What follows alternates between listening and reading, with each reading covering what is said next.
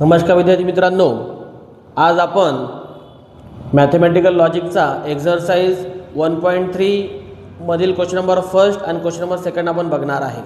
आता बघा, याच्या आधी आपण एक्झरसाइज 1.1 आणि 1.2 बघितलेली आहे। ओके, तर आज आपण एक्झरसाइज 1.3 मधला पहिला क्वेश्चन बघणार, पहिला आणि दुसरा क्वेश्चन बघणार आहे। आता बघा, आता ही जी एक्झरसाइज 1.3 मधील पहिला क्वेश्चन हा टोटली डिपेंड ऑन क्वांटिफायर्स। आता क्वांटिफायर्स अँड क्वांटिफाईड स्टेटमेंट, तर क्वांटिफायर्स म्हणजे काय असतात, क्वांटिफायरचा यूज आपण का बरं करत असतो हे तुम्हाला समजणं गरजेचं आहे। आता तुम्हाला माहिती आहे, ओपन सेंटेन्सला जर समजा आपल्याला स्टेटमेंटमध्ये कन्वर्ट करायचं आहे, बघा मी काय म्हणतो तुमच्या लक्षात आलं पाहिजे, ओपन सेंटेन्स ज्याची ट्रूथ व्हॅल्यू आपण परफेक्ट सांगू शकत नाही, त्याची ट्रूथ व्हॅल्यू हे पर्सन टू पर्सन चेंज होत असते, ठीक आहे ना। म्हणजेच आपल्याला ओपन सेंटेन्सला काय करायचं आहे, स्टेटमेंटमध्ये कन्वर्ट करायचं आहे। म्हणजेच आपल्याला ओपन सेंटेन्सला स्टेटमेंटमध्ये कन्वर्ट करायचं असेल तर त्या ठिकाणी आपण क्वांटिफायरचा यूज करत असतो, आणि ज्या स्टेटमेंटमध्ये आपण क्वांटिफायर यूज केला तर त्या स्टेटमेंटला म्हणतो आपण क्वांटिफाईड स्टेटमेंट। तर चला मग बघू, आता आपण क्वांटिफायर्स हे आपल्याकडे दोन टाईपचे आहे। बघा, quantifiers are of two types.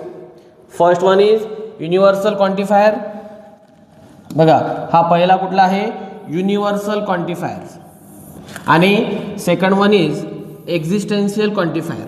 म्हणजे आपल्याकडे दोन टाईपचे क्वांटिफायर आहे, पहिला आहे universal quantifier, second one is existential quantifier. Okay, आता हा जो युनिव्हर्सल क्वांटिफायर आहे त्याला म्हणतो आपण फॉर ऑल, ठीक आहे, आणि इकडं असते देअर एक्झिस्ट। ओके, बघा आता युनिव्हर्सलसाठी जो वर्ड आहे तो कुठला आहे, फॉर ऑल, आणि जो एक्झिस्टेन्शियल आहे त्याच्यासाठी आहे देअर एक्झिस्ट। आणि याचा जो सिम्बॉल आहे बघा, हा सिम्बॉल दिसतो मला उलटा ए सारखा, याला वास्तव म्हणायचं आहे फॉर ऑल व्हॅल्यूज। ओके, आणि हा जो सिम्बॉल आहे उलटा ई सारखा, याला म्हणायचं आहे देअर एक्झिस्ट। आता बघा, हे जे क्वांटिफायर्स आहे तुम्हाला याचा अर्थ सुद्धा समजणं गरजेचं आहे। म्हणजे हा जो क्वांटिफायर आहे, युनिव्हर्सल क्वांटिफायर आहे, याचं म्हणणं काय आहे, जर समजा ऑल कंडिशन जर समजा सॅटिस्फाईड असेल, ऑल कंडिशन, तर तो ट्रू असतो। म्हणजे सर्वच्या सर्व कंडिशन जर समजा सॅटिस्फाईड झाल्या तरच तो ट्रू, अदरवाईज फॉल्स असतात, ठीक आहे ना। आणि एक्झिस्टेन्शियल क्वांटिफायर काय असतं, ओनली वन कंडिशन जर समजा सॅटिस्फाईड झाली, एक जरी कंडिशन जर समजा सॅटिस्फाईड झाली तर तो ट्रू असतो, ठीक आहे ना। म्हणजेच काय, एक जरी कंडिशन सॅटिस्फाईड झाली तर तो ट्रू, अदरवाईज फॉल्स। बघा, दोघांमध्ये फरक इतकाच आहे, याच्या नावात आहे फॉर ऑल, म्हणजे ऑल कंडिशन्स आर सॅटिस्फाईड तर ट्रू, अदरवाईज फॉल्स, आणि इकडे आहे देअर एक्झिस्ट, म्हणजे only one conditions are satisfied तर तो ट्रू असतो, अदरवाईज फॉल्स। तुम्हाला दोघांच्या ट्रूथ व्हॅल्यू ट्रू कधी असते हे तुम्हाला समजणं गरजेचं आहे। बघा, इकडे युनिव्हर्सलमध्ये काय असतात, ऑल कंडिशन, सर्व कंडिशन सॅटिस्फाईड असेल तर ट्रू, आणि इकडं असते only one condition are satisfied तर तो ट्रू, अदरवाईज फॉल्स। ओके, आता बघा एक्झरसाइज 1.3 मधील पहिला क्वेश्चन कुठला आहे, बघा, इफ ए नावाचा सेट दिलेला आहे, 3, 5, 7, 9, 11, 12, determine the truth value of each of the following. म्हणजे काय करायचं आपल्याला, याची आपल्याला ट्रूथ व्हॅल्यू काढायची आहे। म्हणजे जो क्वेश्चन दिलेला आहे हा, म्हणजे तुम्हाला if A equal to 3, 5, 7, 9, 11, 12 determine the truth value of each of the following, हा त्याचा पहिला क्वेश्चन। बघा, आता तुम्हाला क्वेश्चन नीट वाचता यायला पाहिजे। बघा काय आहे हा क्वेश्चन, बघा, देअर एक्झिस्ट एक्स। आता हा जो सिम्बॉल आहे हा सिम्बॉल असतो बिलॉंग टूचा। बघा, तुम्हाला हा सिम्बॉल तुम्हाला रीड करता आला पाहिजे, बिलॉंग टू। बघा, there exist x belong to A such that x minus 8 equal to 1, x minus 8 equal to 1। बघा, तुम्हाला इथे त्यांनी दिलेलं condition x minus 8 equal to 1। आता हा जो सेट दिलेला आहे तुम्हाला याच्यातली एक एक व्हॅल्यू पुट करून बघावं लागेल, कुठं ट्रू आहे कुठं फॉल्स आहे। बघा, पुट काय करणार मी आधी, पुट एक्स इक्वल टू, आधी करतो मी 3 पुट, तर काय विला 3 मायनस 8, इकडून किती येत आहे आन्सर याचं, -5, म्हणजे आन्सर 1 येत आहे का, नाही, म्हणजे काय झाला हा नॉट सॅटिस्फाईड। आता 3 झाला. आता 5 पुट करून बघा. Put x equal to 5. बघा 5 मायनस 8 म्हणजेच किती -3. हा सुद्धा सॅटिस्फाईड होत नाही. नेक्स्ट बघा कुठे किती आहे 7. Put x equal to 7. बघा काय विला 7 मायनस 8 म्हणजेच किती -1. हे सुद्धा सॅटिस्फाईड होत नाही. ठीक आहे. नेक्स्ट आहे put x equal to 9. 9 minus 8 equal to 1. म्हणजे हा काय झाला तुमचा इथं सॅटिस्फाईड झाला. ठीक आहे. नेक्स्ट बघा किती आहे पुट 11 x इक्वल टू 11 म्हणजेच किती 11 मायनस 8 आणि किती आहे 3. ओके. हे सुद्धा नॉट सॅटिस्फाईड. आणि शेवटी आहे पुट x इक्वल टू 12 म्हणजे किती 12 मायनस 8 इक्वल टू किती 4. हे सुद्धा नॉट सॅटिस्फाईड. कारण तुम्हाला माहीत आहे x मायनस 8 इक्वल टू 1. जर समजा आपण xची किंमत आपण याच्यात पुट केलं तर त्याचा आन्सर 1 यायला पाहिजे. इथे फक्त हे एकाचीच फक्त कंडिशन इथं सॅटिस्फाईड झाली. कोणाची आहे याची x इक्वल टू 9 ची. बघा ना एकच कंडिशन सॅटिस्फाईड झाली. बाकी सर्व कशा आहे हे पण नॉट सॅटिस्फाईड, हे पण नॉट सॅटिस्फाईड, हे सुद्धा नॉट. म्हणजे हे तर x इक्वल टू 7 5 3 हे कशा आहे नॉट सॅटिस्फाईड. फक्त हा x इक्वल टू 9 का दाखवत आहे सॅटिस्फाईड आहे. बाकी सर्व कशा आहे अनसॅटिस्फाईड. आणि याच्यात बघा एक जरी कंडिशन सॅटिस्फाईड असेल देअर एक्झिस्ट मध्ये एक जरी असेल तर काय असतो तो ट्रू. बघा याच्यात काय असतात only one condition, only one condition जर समजा सॅटिस्फाईड असेल तर तो ट्रू असतो. आणि याच्यात काय पाहिजे आपल्याला ऑल कंडिशन्स आर सॅटिस्फाईड तर तो ट्रू, अदरवाईज फॉल्स असतो. तुम्हाला या दोन गोष्टी समजल्या पाहिजे. देअर एक्झिस्ट ओनली वन, इथे एक कंडिशन सॅटिस्फाईड झाली. बघा आता मग आन्सर काय लिहायचं आहे हिअर x इक्वल टू किती 9 ने सॅटिस्फाय केलं ना. Here x equal to 9 satisfied the given condition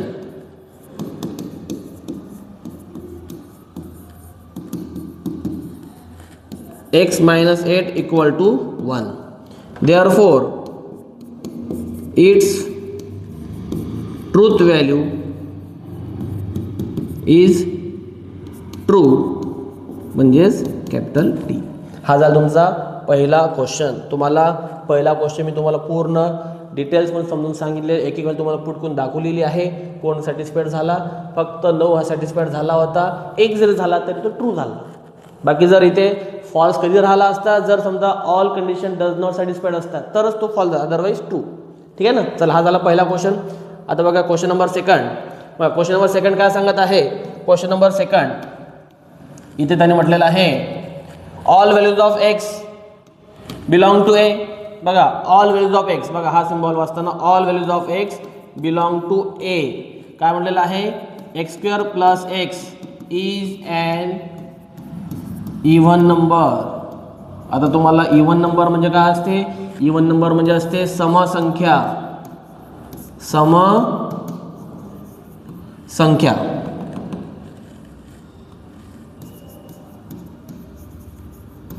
आता समसंख्या म्हणजे काय ज्या संख्येला 2 भाग देता येतात त्याला समसंख्या म्हणतो आपण. ठीक आहे. आता बघा x² + x. आता जर आपण इथं पुट बघा इथे आपण म्हटलं x इक्वल टू 3 आधी पुट x इक्वल टू 3. चला बघा काय विला x² + x म्हणजेच किती 3² + 3 काय विला 9 + 3 किती होत आहे 12. आहे सॅटिस्फाईड.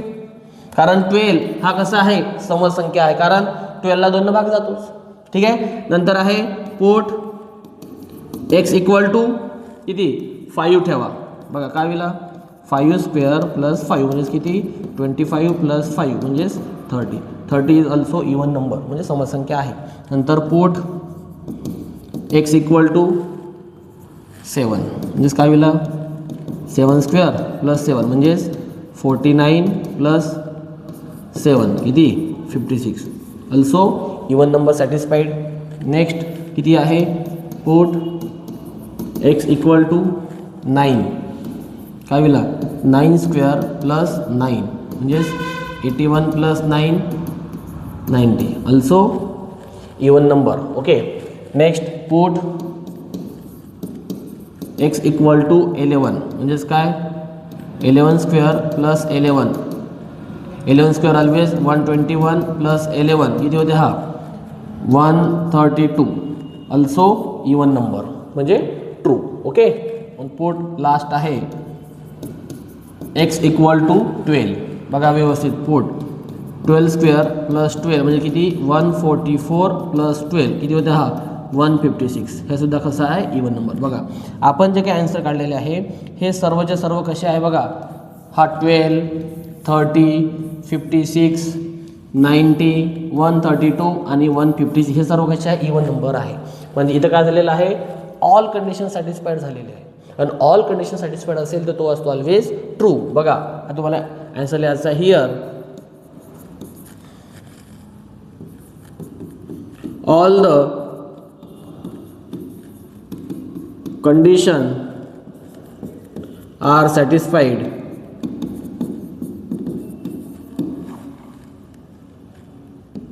किती आहे therefore x square plus x is an even number, therefore its truth value is true म्हणजेच कॅपिटल टी. हा झाला तुमचा क्वेश्चन नंबर 2. अतिशय सिंपल क्वेश्चन होता. याच्यात बघा सर्वच्या सर्व कंडिशन सॅटिस्फाईड झाल्या. बघा ऑल कंडिशन सॅटिस्फाईड का झाला हा ट्रू झालेला आहे. तुम्हाला या गोष्टी व्यवस्थित समजणं गरजेचं आहे. नेक्स्ट बघा क्वेश्चन नंबर 3. आता हा क्वेश्चन नंबर 3 का सांगत आहे बघा there exist x belong to A such that x square less than 0. बघा हा क्वेश्चन मग काय म्हणत आहे x square less than 0 x square less than 0. बघा व्यवस्थित मग त्यांनी काढलेलं आहे एक्स स्क्वेअर लेस दॅन 0. बघा there exist x belong to A such that x square less than 0 म्हणजे याचा जर आपण स्क्वेअर केला 3 स्क्वेअर बघा 3 स्क्वेअर किती येत आहे 9. ठीक आहे ना, किंवा 5 स्क्वेअर किती येत आहे 25 किंवा 7 स्क्वेअर किती येत आहे 49 आणि 9 स्क्वेअर किती येत आहे 81. नंतर 11 स्क्वेअर किती येत आहे 121. नंतर 12 स्क्वेअर किती येत आहे 144. आता मला सांगा हे सर्व व्हॅल्यू शून्यापेक्षा लहान आहे का म्हणजे लेस दॅन 0 आहे का नाही ना. बघा ना हे बघा. आणि एक गोष्ट लक्षात ठेवा कुठल्याही संख्येचा स्क्वेअर किंवा कुठल्याही नंबरचा स्क्वेअर पॉझिटिव्ह किंवा निगेटिव्ह असेल तर त्याचा आन्सर ऑलवेज शून्यापेक्षा मोठाच येईल. लेस दॅन बघा तुम्ही म्हणसाल सर -2चा स्क्वेअर हा ऑलवेज +4च येते निगेटिव्ह येणार नाही. आणि 2चा स्क्वेअर सुद्धा किती येणार आहे +4 म्हणजे स्क्वेअर कुठले असू द्या तो ऑलवेज ग्रेटर दॅन 0च राहील. ओके, त्यामुळं हे कंडिशन सॅटिस्फाईड होणारच नाही. एकही कंडिशन साठी बघा हा पण होत नाही हा पण नाही कुठलीच कंडिशन सॅटिस्फाईड होणार नाही. म्हणून इथे लिहायचं आहे here all the condition are not satisfied, therefore क्या है X square less than 0 therefore its truth value is true capital T. बघा sorry it's truth value is बघा इथं काय होईल हा फॉल्स कॅपिटल एफ. म्हणजे तुम्हाला इथे एकही कंडिशन सॅटिस्फाईड झाली नाही. एक जर झाली असेल तर हा ट्रू झाला असता बट इथे एकही कंडिशन सॅटिस्फाईड होत नाही.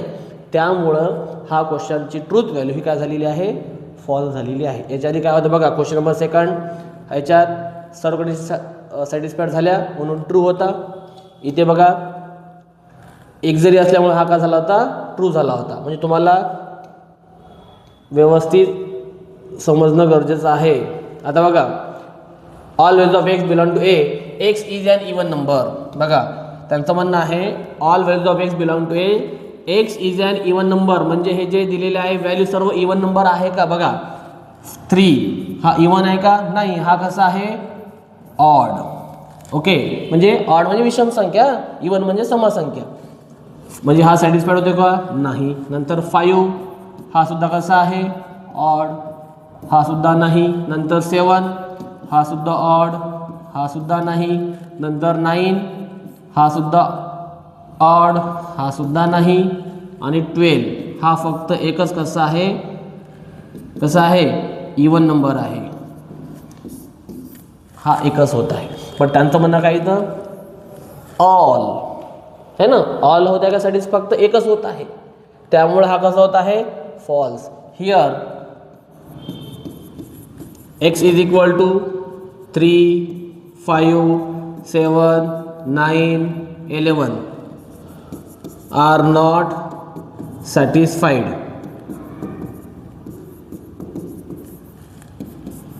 द गिवन कंडिशन, कुठली कंडिशन आहे, x is an even number, x is an even number. बघा तुम्हाला व्यवस्थित समजणं गरजेचं आहे, ठीक आहे. आता याची ट्रूथ व्हॅल्यू काय राहील, therefore it's truth value is काय राहील फॉल्स, म्हणजेच कॅपिटल F. ओके, चला बघा नेक्स्ट क्वेश्चन नंबर हा 4 झाला. आता क्वेश्चन नंबर 5. चला बघा काय लिहिलं आहे question number 5. There exist x belong to A such that 3x + 8 is greater than 0. काय लिहिलं आहे, there exist x belong to A such that 3x + 8 is greater than 40. Okay, म्हणजे इथे जर आपण x ची किंमत पुट केली याच्यामधून, तर याचा आन्सर 40 पेक्षा मोठे यायला पाहिजे, तरच ते ट्रू होईल. आणि इथं म्हणलेलं आहे फक्त देअर एक्स, म्हणजे एक्स जर सॅटिस्फाईड झाला तर तो ट्रू होईल. सिंपल. बघा आता काय होईल, इथं put x equal to 3 put करतो मी. आधी काय होईल, 3 × 3 + 8 किती येते, हा 9 + 8 म्हणजेच किती 70. 40 पेक्षा मोठा आहे का, नाही, 40 पेक्षा लहान आहे. चला नेक्स्ट किती आहे, पुट x इक्वल टू 5. बघा मी तुम्हाला एक एक स्टेप समजून दाखवत आहे, तुम्हाला हे काही लिहायची गरज नाही पेपरमध्ये, फक्त समजलं असेल तुम्ही याचा आन्सर डायरेक्ट लिहू शकता. पण ज्याला नसेल समजत त्यांच्यासाठी मी तो साईडला लिहून देत आहे, ठीक आहे. चला बघा पुट x इक्वल टू 5 काय वेळेला 3 × 5 + 8 किती, हा 15 + 8 किती 23. हे सुद्धा नाही, 40 पेक्षा मोठा आहे का, नाही. बघा नेक्स्ट किती आहे, पुट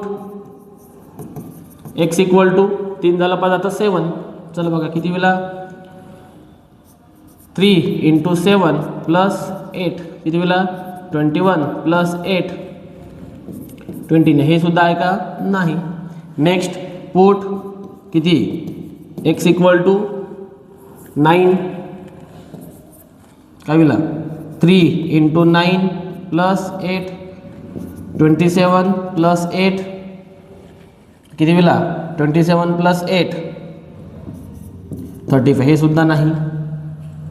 ओके, हा सुद्धा नाही, म्हणजे 9 सुद्धा सॅटिस्फाय केलं नाही. आता काय करतो मी, बघा put next x equal to किती 11. काय करायचं 3 × 11 + 8 किती 33 + 8 किती होते, हा 33 + 8 किती 41. आहे सॅटिस्फाईड, हा सॅटिस्फाईड झालं की नाही. ज्यावरती 11 सॅटिस्फाईड होत असेल तर पुट x इक्वल टू 12 हा सुद्धा सॅटिस्फाईड होईल की नाही, कारण 11 जर होत असेल तर 12 तर तुमचं सॅटिस्फाईड व्हायलाच पाहिजे ऑब्विसली. ओके, त्यामुळं इथं तुमचे हे दोन जे आहे 11 आणि 12 हे तुमचे काय करत आहे, कंडिशन सॅटिस्फाय करत आहे. आणि आपल्याला इथे कोण पाहिजे, फक्त एक जे कंडिशन सॅटिस्फाईड असेल ना तर तो ट्रू असतो. त्यामुळं इथे हिअर x इक्वल टू किती 11, 12 हे दोन काय करत आहे, कंडिशन सॅटिस्फाय करत आहे. Here x equal to 11, 12 are satisfied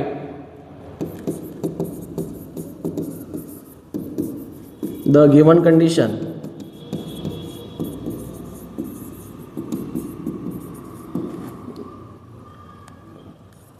Three x plus 8 is greater than 40.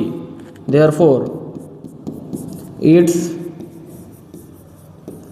Truth value is true, this capital T. ह्याला बघा तुम्हाला हे जे लिहून दिलेलं आहे हे काही तुम्हाला एक्झाममध्ये काही लिहायला लागत नाही, फक्त तुम्हाला समजण्यासाठी आहे, फक्त तुम्हाला समजण्यासाठी आहे. जर तुम्ही इथं थोडंसं लॉजिक लावू शकता. सिम्पलमध्ये काय करायचं आहे, आधी 12 करून पाहायचं चेक. 12 केलं तर तुमचा सॅटिस्फाईड होते ना, 12 किंवा 11 चेक करून पहा. म्हणजे हे जर झाले तर तुमचं म्हणजे कसं आहे, एक जर कंडिशन सॅटिस्फाईड असेल तर तो काय होते, ट्रू होते. म्हणजे तुम्हाला इथे क्वेश्चन ज्यावेळेस एक्झाममध्ये तुम्हाला डायरेक्टली ओरली सॉल्व्ह करता यायला पाहिजे. ठीक आहे. म्हणजे तुम्हाला एवढं लिहायचं काम, तुम्ही फक्त फास्टमध्ये तुम्ही पुढकू शकता आणि चेक करू शकता. जर तुम्ही याच्यावर प्रॅक्टिस केली तर तुम्हाला पुढे त्रास जाणार नाही. त्यामुळं एकदा क्वेश्चन सॉल्व्ह करून बघा तुमच्या हाताने, नंतर तुम्ही त्याला ओरली सॉल्व्ह करू शकले पाहिजे. ओके. तर बघा आता next question, question number 6. Question number 6 काय म्हणत आहे, all values of x belong to A such that किती आहे, 2x + 9 किती आहे, 2x + 9 इज ग्रेटर दॅन 14. म्हणजे बघा आता काय करणार मी, पुट x = 3 काय दिला, 2 × 3 + 9 किती होता, 6 + 9 म्हणजे किती, 15 आहे. म्हणजेच काय, हा किती आहे, 15 आहे, म्हणजे 14 पेक्षा मोठा आहे. म्हणजे हा काय झाला, सॅटिस्फाईड. जर समजा हा 3 सॅटिस्फाईड होत असेल तर 5 पण व्हायला पाहिजे, 7 पण व्हायला पाहिजे, 9 पण व्हायला पाहिजे, 11 पण व्हायला आणि 12. कारण हे सर्व 3 पेक्षा मोठ्याच आहे, त्यानंतर त्याच्यापेक्षा मोठाच येईल. त्यामुळं काय होतं, इथं ऑल कंडिशन्स आर सॅटिस्फाईड आहे ना. बघा इथं ऑल म्हणजे लिहायचं, here all condition are satisfied, therefore 2x + 9 is greater than 14, therefore its truth value is true. म्हणजेच काय, कॅपिटल टी. ओके ना, कॅपिटल टी आहे बरोबर. म्हणजे तुम्हाला इथे फक्त मी पूर्ण सॉल्व केलं नाही, कारण तुमचा जर समजा 3 सॅटिस्फाईड झाला तर तुमचा ॲटोमॅटिक तुमचा 5 पण सॅटिस्फाईड होईल, 7 पण होईल, 9 पण होईल, 11 पण होईल आणि 12 पण होईल. तुम्ही चेक करून पाहू शकता. ओके. मी तुम्हाला याच्या आधी क्वेश्चन तुम्हाला स्टेप बाय स्टेप सांगितलं, पण तुम्हाला थोडंसं इथं मी शॉर्टकट किंवा थोडंसं इथं फास्ट आन्सर काढलेला आहे. ओके. आता बघा क्वेश्चन नंबर 7 झालं. म्हणजे आपला हा जो क्वेश्चन नंबर फर्स्ट आहे एक्झरसाइज 1.3चा, इथेच आपला संपलेला आहे. ठीक आहे ना. म्हणजे याच्यात टोटल 6 क्वेश्चन होते, आपण 6च्या 6 पण सॉल्व केलेलं आहे. क्वांटिफायर्स म्हणजे काय आणि त्याचे क्वेश्चनसुद्धा आपण सॉल्व केलेले आहे आणि एक्झाममध्ये विचारतासुद्धा. त्यामुळे तुम्हाला क्वेश्चन प्रॉपरली समजणं गरजेचं आहे. आता बघा याच्यानंतर जो काही आपला टॉपिक आहे तो कुठला आहे, जो एक्झरसाइज 1.3 मधला सेकंड नंबरचा क्वेश्चन आणि अतिशय सिंपल आहे. म्हणजे याच्यावर सोपं या पूर्ण चॅप्टरमध्ये कुठंच नाही आहे. अतिशय सिंपल आहे. बघा तो कुठला टॉपिक आहे, ड्युएल. ड्युएल ड्युएल बघा कुठलेही एका स्टेटमेंट असेल, बघा जर समजा अँड असेल तर त्या ठिकाणी मला नाही रिप्लेस करायचं आहे ऑरनी. बघा अँड असेल तर तुम्हाला त्या ठिकाणी रिप्लेस करायचं आहे ऑरनी. जर समजा ऑर असेल तर तुम्हाला त्या ठिकाणी रिप्लेस करायचं आहे अँडनी. अँडच्या ठिकाणी ऑर, ऑरच्या ठिकाणी अँड. ठीक आहे ना. जर समजा निगेशन असेल तर निगेशनला निगेशनच ठेवायचं, कुठलाही बदल करायचा नाही निगेशनमध्ये. निगेशन असेल तर निगेशनच ठेवायचं. नेक्स्ट काय असतं, जर समजा कॅपिटल टी असेल तर त्याला काय करायचं आहे, कॅपिटल एफ लिहायचं. जर कॅपिटल एफ असेल तर त्याला कॅपिटल टी लिहायचं. Okay. Small T for tautology, small C for contradiction.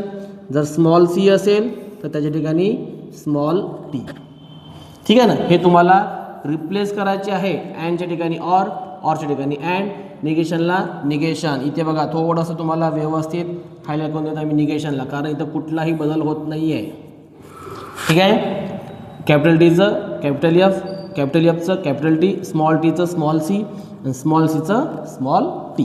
तुम्हाला हे समजणं गरजेचं आहे. जर समजा ए एन डी अँड आलं, अँडचं काय असतं आपलं ऑर, याच्या ठिकाणी काय लिहायचं आहे ऑर रिप्लेस करायचं. जर समजा ऑर आलं असेल तर त्याच्या ठिकाणी ए एन डी अँड. म्हणजे तुम्हाला वर्ड फॉर्म आणि सिम्बॉल फॉर्म दोघांचे तुम्हाला चेंजेस किंवा रिप्लेस करता यायला पाहिजे. अतिशय सिंपल टॉपिक आहे. चला बघा आता मग याच्यावर क्वेश्चन आपण एक्झरसाइज 1.3 मधील क्वेश्चन नंबर 2 काय म्हणलेला आहे, write the duals of each of the following. Writes the dual of each of the following. अतिशय सिंपल क्वेश्चन तुम्हाला एक्झाममध्ये 1 मार्क्ससाठी बऱ्याचदा MCQ आलेला आहे. चला बघा अतिशय सिंपल पहिला क्वेश्चन बघा, गिवन काय आहे, P और Q अँड R. बघा काय होईल याचं ड्युएल, P और आहे त्या ठिकाणी अँड, Q यांच्या ठिकाणी और. हां झालं आहे सर, अतिशय सिंपल. ठीक आहे. Question number 2 given P and Q and R याचं ड्युएल, P यांच्या ठिकाणी और, Q यांच्या ठिकाणी और, R. चालेल. बघा नेक्स्ट क्वेश्चन, क्वेश्चन नंबर 3 बघा इथे व्यवस्थित काय होईल, गिवन P और Q अँड R और S. बघा ड्युएल P ऑरच्या ठिकाणी अँड, Q यांच्या ठिकाणी और, R ऑरच्या ठिकाणी अँड, यस. झालं. अतिशय सिंपल क्वेश्चन, पहिला क्वेश्चन, दुसरा क्वेश्चन, तिसरा क्वेश्चन. अतिशय सिंपल क्वेश्चन आहे, तुम्हाला यात काहीच अडचण यायला नाही पाहिजे. ठीक आहे. चला बघा क्वेश्चन नंबर 4, 6 आणि 7. बहुतेक क्वेश्चन 5 इथे लिहिला नाही तर तुम्हाला तो समजा होमवर्क आहे. ठीक आहे ना. क्वेश्चन नंबर 5 अतिशय सिंपलच क्वेश्चन असेल तो सुद्धा. बघा आता given P and negation Q याचं ड्युएल, काय येईल, P यांच्या ठिकाणी और. इथे निगेशन आहे ना तर निगेशन काही चेंजेस करायचं निगेशन मध्ये. इथे बरेच मुलं काय करतात, निगेशन काढून टाकतात. तसं करायचं नाही. ओके झालं. नेक्स्ट क्वेश्चन आहे क्वेश्चन नंबर कुठला आहे, question number 6 given negation P and negation Q and P और Q अँड निगेशन R. चला बघा याचं काय होईल ड्युएल, बघा negation P as it is and negation Q. बघा इथे तुम्हाला काय करायचं आहे, यांच्या ठिकाणी तुम्हाला रिप्लेस करायचं आहे काय, और. झालं. निगेशन Q और P अँड Q यांच्या ठिकाणी और निगेशन R. हा झाला तुमचा क्वेश्चन नंबर 6. आता बघा question number 7 given in bracket negation P और Q bracket complete and in bracket P और negation Q and negation S bracket complete. Okay. आता बघा in bracket as it is negation P ऑरच्या ठिकाणी and Q and in bracket P. बघा इथे sorry हां, इथे काय पाहिजे आपल्याला, और. बघा यांच्या ठिकाणी और P and negation in bracket Q और निगेशन S. Question simple. फक्त तुम्हाला रिप्लेस करायचं अँडच्या ठिकाणी ऑरच्या ठिकाणी अँड. आणि निगेशन असताना निगेशन तसंच ठेवायचं, कुठेही काही चेंज करायचं निगेशनला. ठीक आहे ना. त्यामुळे अतिशय सिंपल असा टॉपिक आहे. नेक्स्ट आहे क्वेश्चन नंबर 8 आणि क्वेश्चन नंबर 9. ठीक आहे ना. क्वेश्चन नंबर 8 आणि क्वेश्चन नंबर 9 हे तुमचे 2 शेवटचे क्वेश्चन आहे. अतिशय सिंपल आहे. ठीक आहे ना. आता बघा हा क्वेश्चन बघा गिवन क्या है, C और in bracket P end Q और R. ठीक आहे. याचं ड्युएल बघा तुम्हाला सांगता येईल का, तुम्ही सुद्धा सांगून बघा कमेंट बॉक्समध्ये सांगायचं तुम्ही सुद्धा आन्सर. ठीक आहे ना. कावीला C आहे, C for contradiction, small C ला आपण रिप्लेस करणार स्मॉल T नी. ओके. ऑरच्या ठिकाणी अँड इन ब्रॅकेट P यांच्या ठिकाणी और, Q ऑरच्या ठिकाणी अँड R. हा तुमचा ब्रॅकेट कंप्लीट. ओके. हा झाला तुमचा क्वेश्चन नंबर 8. अतिशय सिंपल. आणि शेवटचा क्वेश्चन चला याच्यात 2 क्वेश्चन आहे, क्वेश्चन नंबर 9 आणि क्वेश्चन नंबर 10. तुम्हाला इथे वेळ बघून दाखवतो.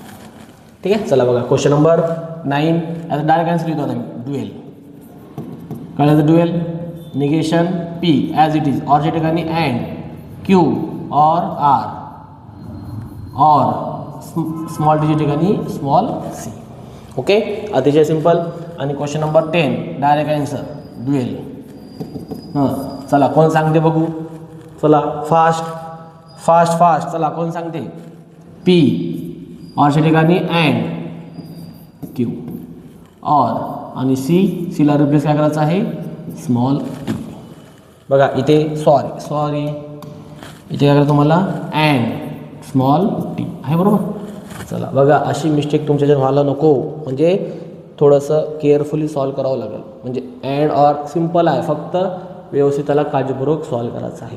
म्हणजे आज आपण काय बघलेलं आहे एक्झरसाइज 1.3चा पहिला क्वेश्चन म्हणजेच काय क्वांटिफायर्सवरचा, आणि जो एक्झरसाइज 1.3चा दुसरा क्वेश्चन म्हणजे ड्युएलचा. ठीक आहे ना. म्हणजे आज आपण 2 क्वेश्चन घेतलेले आहे. ठीक आहे. जर तुम्हाला व्यवस्थित समजलं असेल ठीक आहे तर तुम्ही एकदा त्याला व्यवस्थित समजून घ्या, व्यवस्थित प्रॅक्टिस करा. कुठे काही अडचण असेल तर मला कमेंट करून सांगू शकता. ओके.